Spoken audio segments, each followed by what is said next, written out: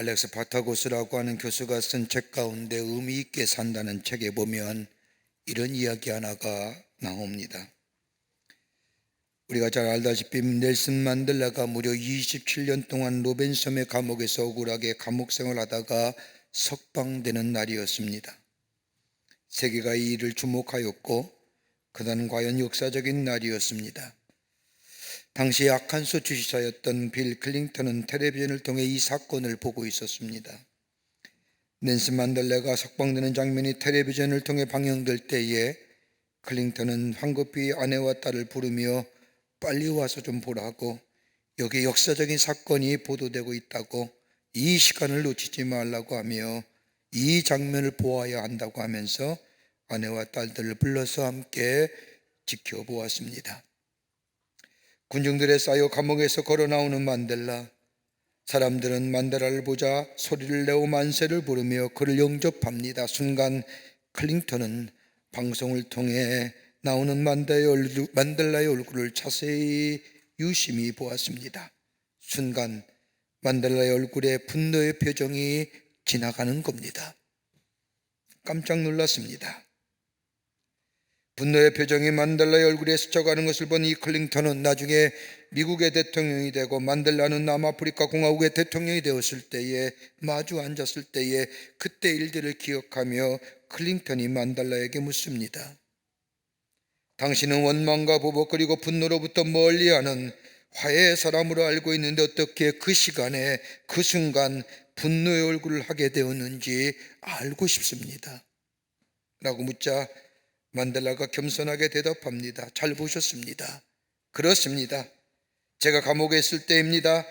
감옥 간수의 아들이 일주일에 한 번씩 들어와서 성경 말씀을 가르치는데 그 공부에 참여하면서 많은 은혜를 받고 깨달음을 받았습니다.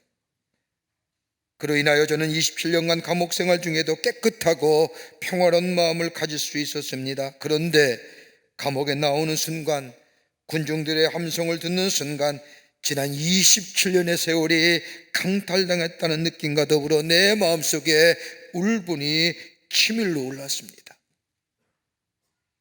그런 순간을 느꼈습니다. 그게 사실입니다. 근데 바로 그때 예수님께서 내게 말씀하신 것을 내가 들을 수 있었습니다. 넬슨아, 감옥에 있을 동안에는 자유로웠는데 자유몸이 되는 순간 군중 속에서 다시 감옥으로 들어갈 것이냐라고 하는 주님의 음성이었습니다. 감옥에서는 자유로웠던 내가 군중 속에서 부자유해지는 것을 느꼈습니다. 내가 아닌 다른 내가 나를 지배하고 내가 아닌 다른 어떤 이에게 내가 끌려가는 것을 느꼈습니다.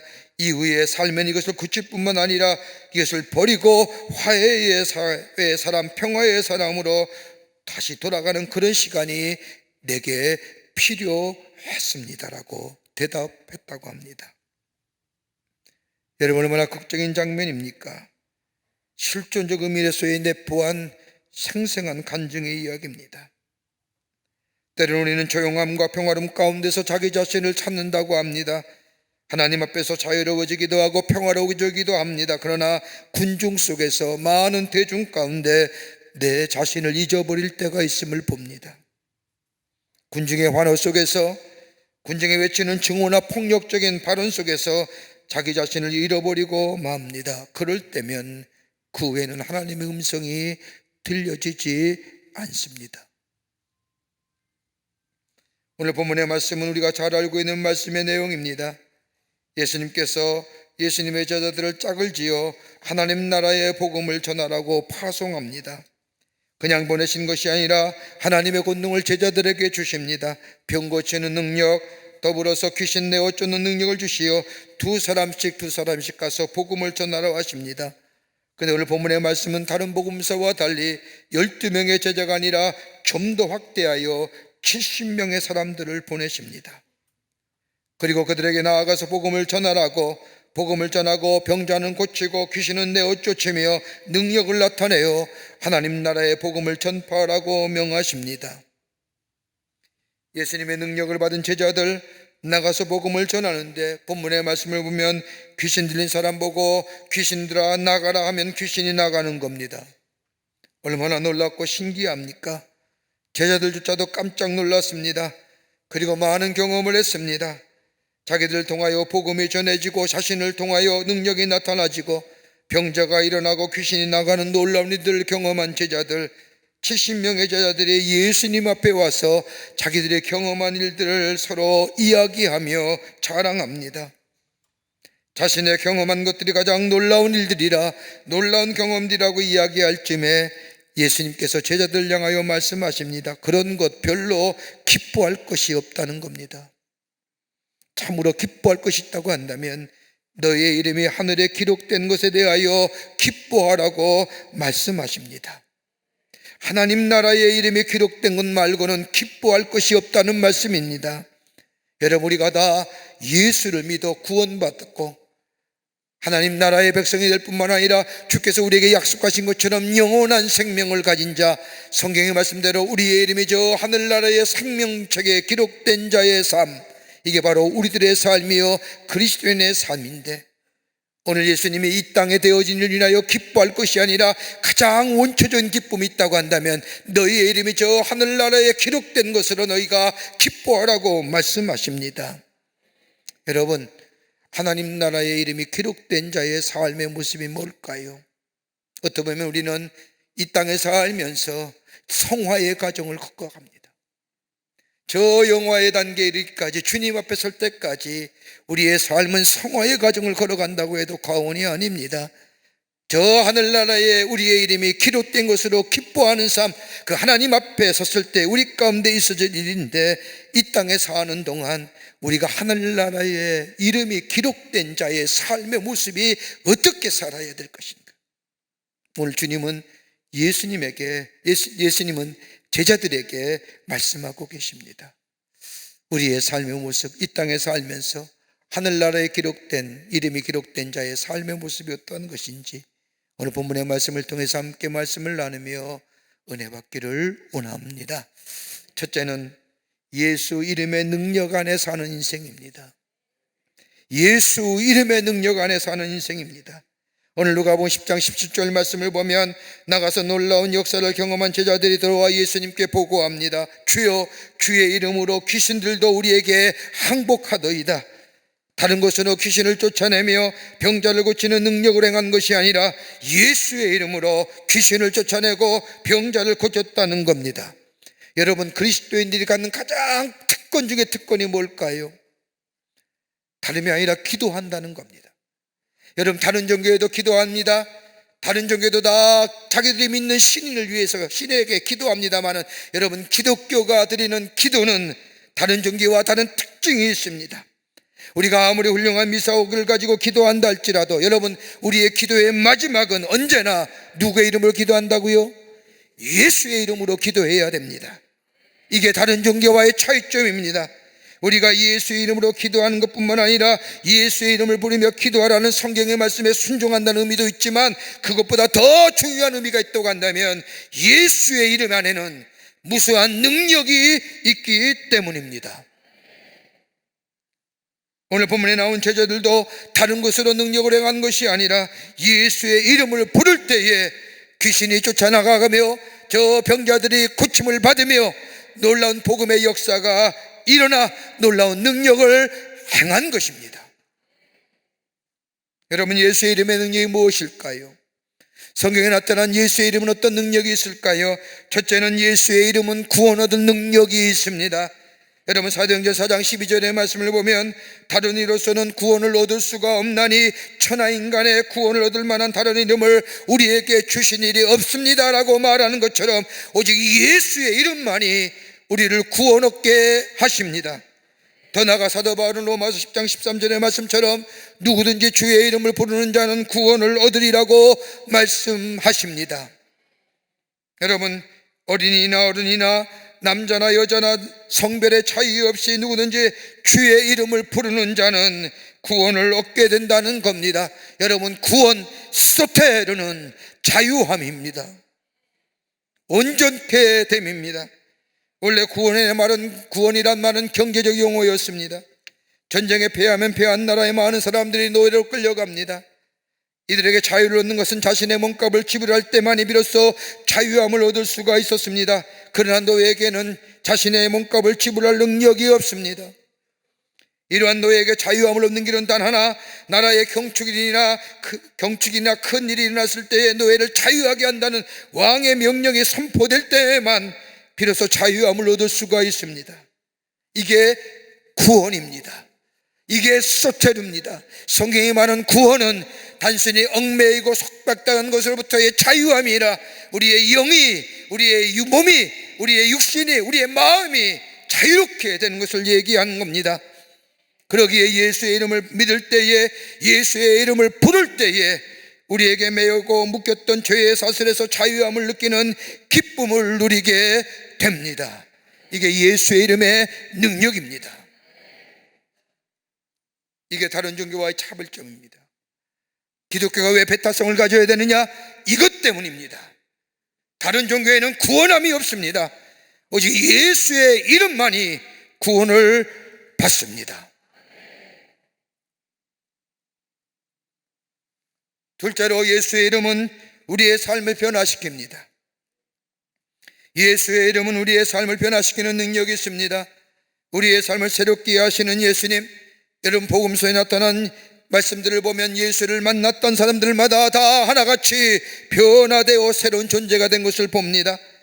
오늘 우리가 예수의 이름을 부를 때 우리를 만나주시는 예수님, 예수의 이름을 부를 때 우리의 의지를 강하게 하시고, 예수의 이름을 부를 때 우리의 생각과 사고를 맑게 하시며, 예수의 이름을 부를 때 우리의 마음에 불안과 염려가 있을 때에 우리의 마음에 평안과 소망을 허락해 주시며, 예수의 이름을 부를 때에 우리의 삶의 모습이 주님을 닮아가는 모습으로 가게 하시며, 예수의 이름을 부를 때에 죄의 유혹을 이기게 하시며, 예수의 이름을 부를 때에 부정적이고 냉소적인 사람이 긍정적이고 밝은 미래의 사람이 됩니다.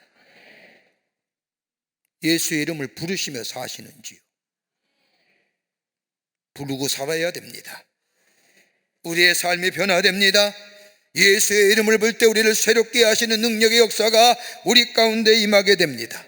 여러분 사도행전 3장의 말씀을 보십시오. 베드로의 변화된 모습이 그려져 있습니다. 예수님의 수제자요, 예수님을 가장 사랑했던 베드로. 그런데 그가 예수님께서 가야바에 신문당하시던 밤에 예수를 모른다고 3번씩이나 부인했던 이 베드로, 이런 베드로가 부활하신 예수를 만나고 새로워집니다. 부정적이고 냉소적인 사람, 예수님께 십자가에 돌아가신 후에 고향에 내려가 갈릴리의 어부의 모습으로 살렸던 이 베드로에게 부활하신 주님이 찾아와 만나주시고, 저를 하여금 새로운 존재로 저의 마음속에 있는 수치와 죄책감에 해방되어 새로운 삶으로 삼아주실 때에 그는 하나님의 나라의 복음을 전하는 새로운 존재로, 새로운 삶으로 변화되었던 것입니다. 이게 예수의 이름의 능력입니다. 오늘도 예수의 이름을 부를 때에 우리의 수치와 우리의 좌절과 우리의 절망이 변하여 우리의 기쁨과 환희와 새로움과 소망의 사람으로 새롭게 변화되는 역사가 있게 되는 줄 믿습니다. 이거 믿는 거예요. 또 하나 있다고 한다면 예수의 이름에는 능력의 치유의 능력이 있습니다. 복음서의 말씀을 보면 예수님의 사역 가운데 개인적인 질병을 고쳐주신 기사가 26번이나 기록되어져 있습니다. 이런 치유의 역사는 인간적인 마술이나 참여술 같은 것으로 고쳐주신 것이 아니라 예수님께서 직접 고쳐주신 일들입니다. 여러분 보십시오. 사도행전에 나오는 베드로가 성전 미문에 앉아있는 안진뱅이를 고칠 때에 무엇으로 저 안진뱅이를 고쳤습니까? 다른 것 아닙니다. 예수의 이름으로 명하노니 일어나 걸으라 할 때에, 여러분 예수의 이름으로 명한다고 했습니다. 사도행전 16장의 말씀을 보면 사도 바울이 빌립보에서 복음을 전하다가 귀신 들린 여종 하나를 만납니다. 그때 사도 바울은 다른 것으로 귀신 들린 여종을 고친 것이 아닙니다. 사도행전 16장 18절의 말씀을 보면 이 바울도 똑같이 예수 그리스도의 이름으로 내가 내게 명하노니, 예수의 이름으로 내게 명한다는 겁니다. 예수의 이름으로 능력을 의지하여 귀신을 향하여 떠날 것을 선포하게 될 때에 귀신에게서, 여종에게서 귀신이 떠나간 것을 보게 됩니다. 오늘도 마찬가지입니다. 내가 예수의 이름의 능력을 믿고 예수의 이름을 선포하게 될 때에 우리 안에 육신의 질병이 치유되는 놀라운 역사를 경험하게 됩니다. 여러분, 수많은 증거들이 있습니다. 예수의 이름을 부를 때에 구원 얻고, 예수의 이름을 부를 때에 삶이 변화되며, 예수의 이름을 부를 때에 치유의 역사가 일어나며, 매일매일 삶에 예수의 이름이 떠나지 않는 사람, 매일매일 구원을 경험하며 저의 삶이 성화되어 가며 매일매일 삶이 변화되어 예수에 닮아가는 인생이 될 뿐만 아니라 매일매일 상한 심령의 상처가 치유되어 온전한 회복의 역사를 경험하게 됩니다. 그렇게 예수 이름 부르고 사는 겁니다. 얼마나 부르시는지요.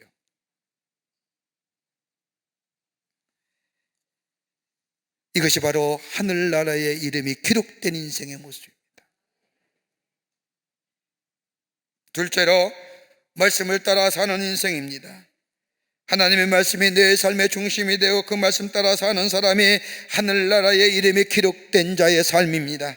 오늘 본문의 말씀을 보십시오. 제자들이 예수님의 말씀에 순종하여 나아가 복음을 전합니다. 한번 다르게 한번 생각해 보자고요. 만약에 제자들이 예수의 말씀을 믿지 않았더라면, 내가 너에게 능력을 준다, 귀신 쫓아내는 능력을 준다, 저 병든 자를 향하여 낫게 하는 능력을 준다라고 하는 이 예수님의 말씀을 믿지 않았더라면 역사가 일어났을까요? 예수님의 말씀을 믿고 그리고 받아들이고 그리고 순종하여 나아가 하나님의 말씀을 전하게 될 때에 병자가 낫고 귀신이 나아가는 예수님의 놀라운 능력을 경험하게 되었다는 겁니다. 다른 말로 말하면 예수님의 말씀에 뭐로 반응해요? 믿음으로 반응하는 겁니다. 그 반응에 책임적인 자로 서는 겁니다. 그리고 그 믿음으로 반응하고 책임적인 자로 서고 그 말씀 따라 가게 될 때에 능력의 역사를 경험하게 됩니다. 그냥 역사가 이루어지는 것이 아닙니다. 하나님의 말씀이 내 삶을 지배한다는 겁니다. 그 말씀 앞에 실존적인 좌로 서게 되며 그 말씀을 믿음으로 반응하며 그 말씀을 내 삶 속에 실천하며 생활하며 더 나아가 신학화하게 될 때에 거기에 역사가 일어나게 됩니다. 여러분, 창세기 6장의 말씀을 보십시오. 노아 홍수에 대한 기사가 나옵니다. 그런데 노아에 대한 말씀을 보면 창세기 6장 말씀에 단 한 절에 이렇게 짧게 노아에 대해서 기록하고 있습니다. 노아는 의인이요 당세의 완전한 자라 그가 하나님과 동행하였느니라. 여러분, 우리가 흔히 말하는 것처럼 아마 노아는 능력 있는 사람이 아니었던 것 같습니다. 만약 능력 있는 사람이라고 한다면 아마 노아를 소개할 때에 그는 능력 있는 사람이요 많이 배운 사람이요 재물이 많은 사람이요 많은 친구들을 가진 사람이라고 쓰여질 터인데 그렇게 말하지 아니하고 의인이요 당세의 완전한 자라. 그런데 노아는 하나님께서 120년 후에 홍수로 심판하시겠다고 말씀하실 때에 노아는 하나님의 말씀에 실존적인 자로 그 말씀 앞에 섭니다. 그리고 책임적인 존재로 나아갑니다. 여러분, 창세기 6장의 말씀을 보면 하나님이 홍수로 세상을 심판하시겠다고 하는 얘기는 노아에게만 한 말씀이 아니라 모든 사람에게 다 하신 말씀입니다. 근데 유독 노아는 가슴 깊게 그 하나님의 말씀을 받아들입니다. 그리고 실천하며 생활합니다. 방주를 짓습니다. 그것도 바닷가에 방주를 지은 것이 아니라 산꼭대기에 무려 120년의 긴 시간에 걸쳐서 방주를 짓습니다. 여러분, 한번 생각해 보십시다. 얼마나 많은 사람이 노아를 향하여 손가락질했을까요? 그러나 하나님의 말씀에 믿음으로 반응하며 실존적 자로 그 말씀 앞에 서고 그리고 그 말씀대로 꿋꿋하게 방주를 예비합니다. 하나님의 말씀에 대한 믿음, 이것이 노아의 삶을 지배했다는 겁니다. 말씀 그 자체로 받아들이고 그 말씀 앞에 서고 그 말씀이 상활화되고 그 말씀이 삶의 실천화되었다. 이런 자가 하나님 나라의 이름이 기록된 자입니다. 아브라함 보십시오. 하나님이 떠나라고 하시는 그 말씀 앞에 이 아브라함은 그 말씀 앞에 섭니다. 그 말씀을 믿음으로 반응하는 겁니다. 받아들입니다. 행동합니다. 그럴 때 그는 믿음의 조상이요 열국의 아비요 축복의 조상이 되었습니다. 여러분, 우리의 삶이 하나님의 말씀 그대로 받아들이는지요? 그 말씀 앞에 내 실존적 자아를 가지고 그 말씀 앞에 서는지요? 내 삶 속에 실천하며 생활하며 그것이 내 삶 속에 간증화되는 신학화의 작업들이 내 안에 있어지게 되는지요? 그렇다고 한다면 지금보다 우리의 삶이 나아질 겁니다.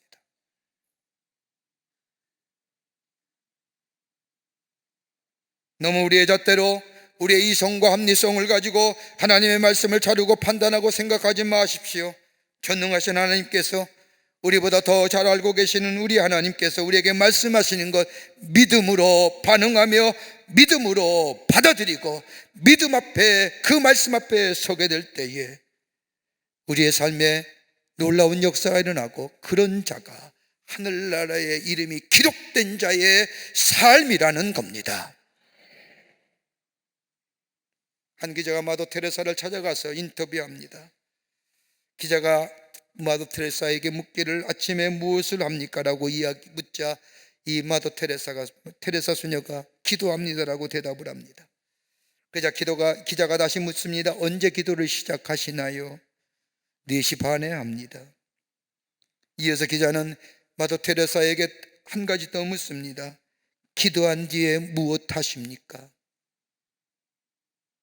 이 질문에 그녀는 이렇게 대답했다고 합니다. 모든 일을 예수님과 함께, 예수님을 위해, 예수님께 하면서 일하는 내내 기도하려고 노력합니다. 쉽게 이야기하자면 기도한 뒤에도 계속 ongoing 기도한다는 거예요.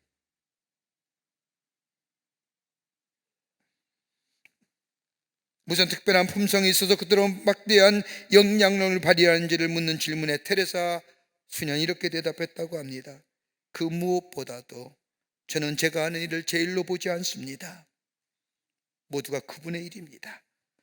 저는 그분의 손에 들린 작은 연필 하나에 불과합니다. 생각은 그분이 하십니다. 글도 그분이 쓰십니다. 연필이 스스로 아무것도 하지 않듯이 그저 쓰임 받듯이 저 또한 그저 쓰임 받을 뿐입니다. 그때 뭐가 일어나요? 역사가 일어나요. 하나님이 우리를 통하여 하시고자 하는 일들이 있습니다. 하나님과 깊은 관계 속에서 주의 이름을 부를 때 우리를 만나주시고 우리를 구원해 주실 뿐만 아니라 우리를 통하여 하시고자 하는 일들을 보여주십니다. 말씀을 통해서, 오늘도 예배를 통하여 하나님과 깊은 인격적인 교제 속에서, 기도 속에서 하나님이 나를 통하여 하시고자 하는 일들을 우리에게 말씀하십니다. 문두드립니다. 그 말씀 앞에 반응하며 쓸 때에, 그리고 그 말씀대로 내 삶 속에 생활하여 신학화되는 과정이 우리 가운데 있게 될 때, 이런 자가 하나님의 이름을 높이며 하늘나라의 이름이 기록된 자의 삶, 하나님이 기뻐하시는 인생인 줄 믿습니다. 끝으로 나를 통하여 하나님의 역사를 이루어 가심을 믿는 인생입니다. 나를 통하여 하나님의 역사를 이루어 가심을 믿는 인생. 오늘 누가복음 10장 19절 말씀을 보십시오. 예수님께서 놀라운 능력을 경험하고 온 제자들에게 말씀하십니다. 내가 너희에게 뱀과 정갈을 밟으며 원수의 모든 능력을 제어할 권세를 주었으니 너희 해할 자가 결탄코 없으리라.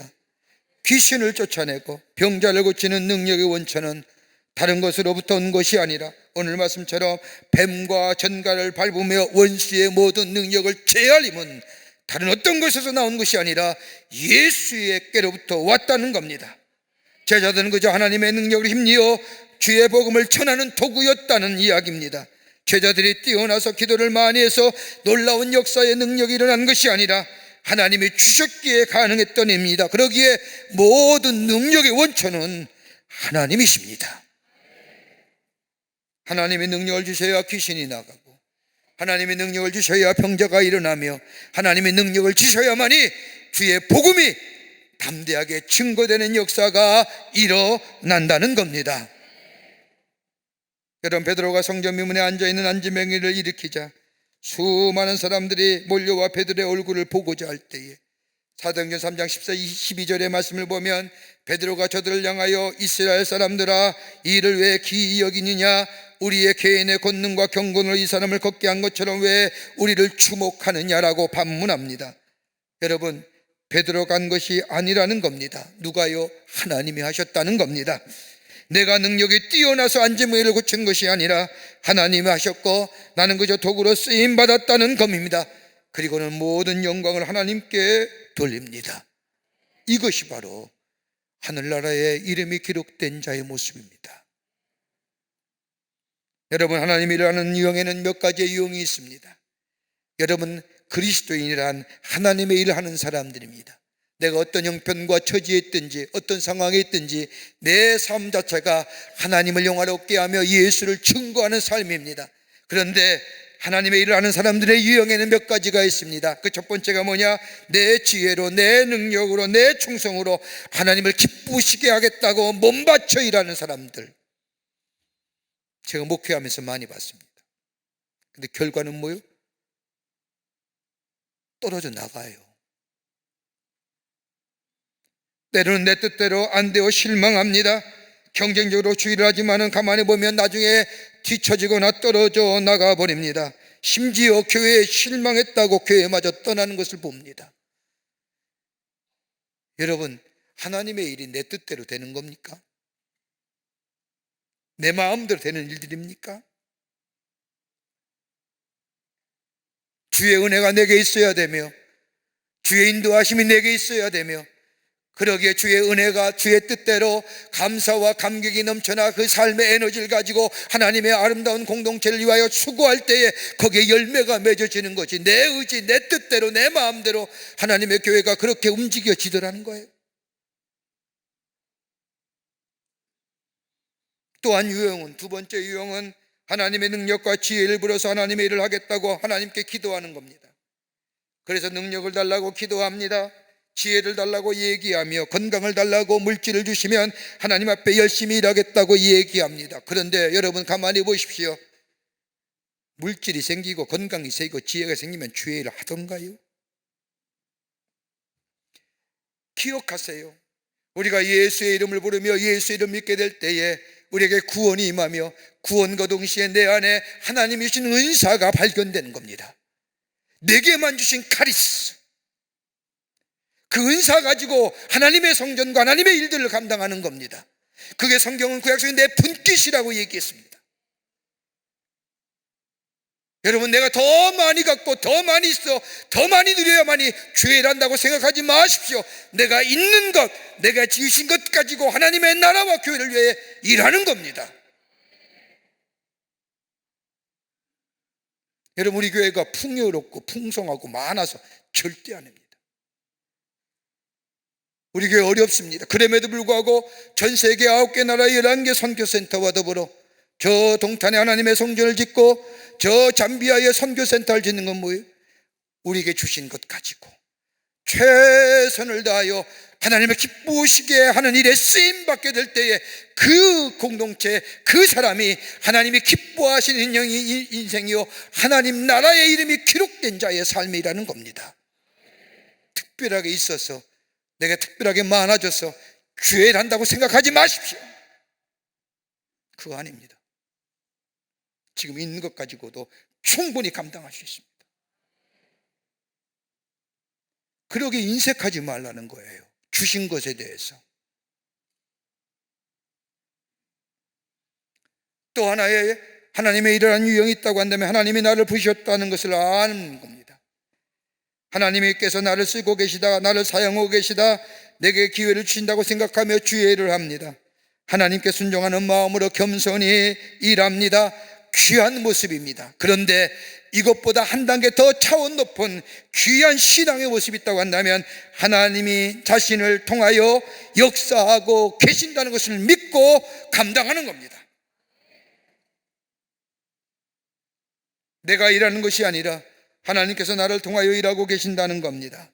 무슨 일을 했든지 내 것을 하나님께 드린 것이 아니라 하나님께서 나를 통하여 주신 것을 하나님께 드린 것으로 생각하는 사람, 나를 통하여서 내게 주신 것들 가지고 하나님의 역사를 이루어가는 것, 그러게 내게 있는 모든 것이 주님의 것이고 주님이 내게 주신 것을 가지고 하나님의 일들을 이루어 가시며 역사하심을 믿는 믿음의 사람, 이 사람들이 하나님의 나라에, 하늘나라에 이름이 기록된 자의 삶인 거예요.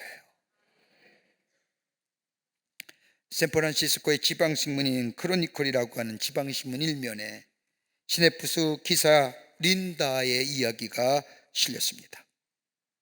그녀는 자신의 버스를 타는 승객들의 이 얼굴과 이름을 다 압니다.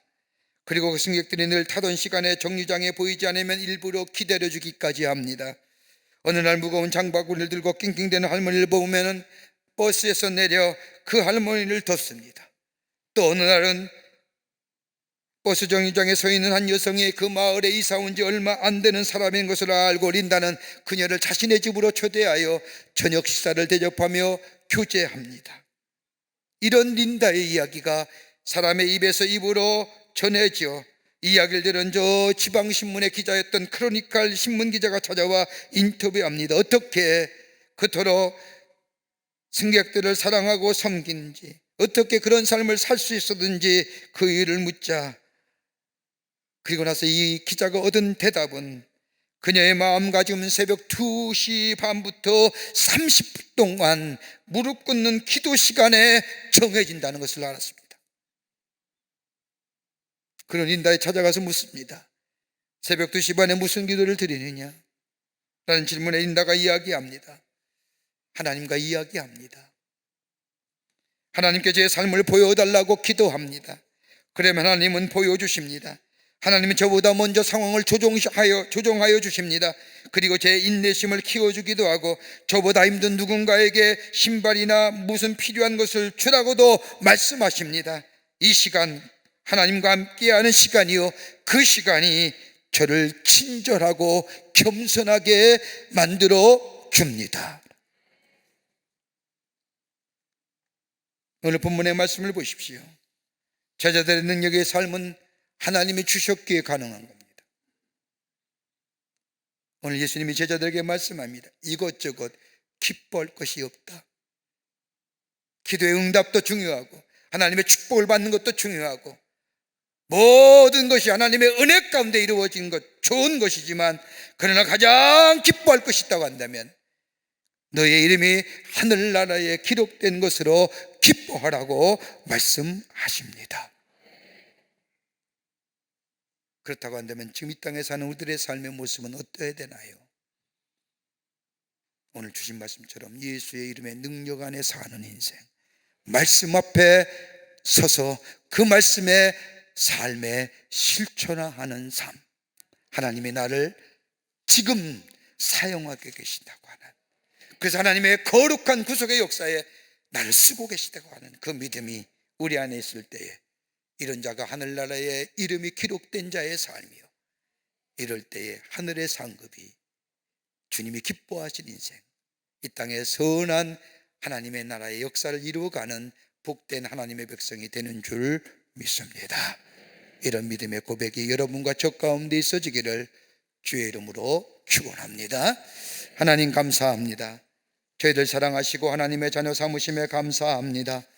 아버지 하나님, 하나님께서 구원해 주신 것이 얼마나 귀한데, 얼마나 놀라운 일인데, 오늘 우리는 보이는 것과 바라는 것에 이루어진 것을 인하여 하나님의 축복이라고 생각합니다. 그러나 오늘 성경은, 우리 예수님은 너의 이름이 하늘나라에 기록된 것으로 기뻐하라고 말씀하신 그 말씀, 우리가 깊게 마음에 새기게 하시고 예수의 이름의 능력으로 말씀 앞에 서서 예수님, 하나님이 나를 통하여 이 땅에 하나님의 일을 행하신다는 믿음을 가지고 살아가는 죄들 되게 하여 주셔서 하늘나라에 기록된 이름으로의 삶으로, 하나님을 증거하는 삶으로, 영광 돌리는 삶으로 살아가게 도와 주시옵소서. 성령이 도우실 줄 믿으며 예수님의 이름으로 기도하옵나이다. 아멘.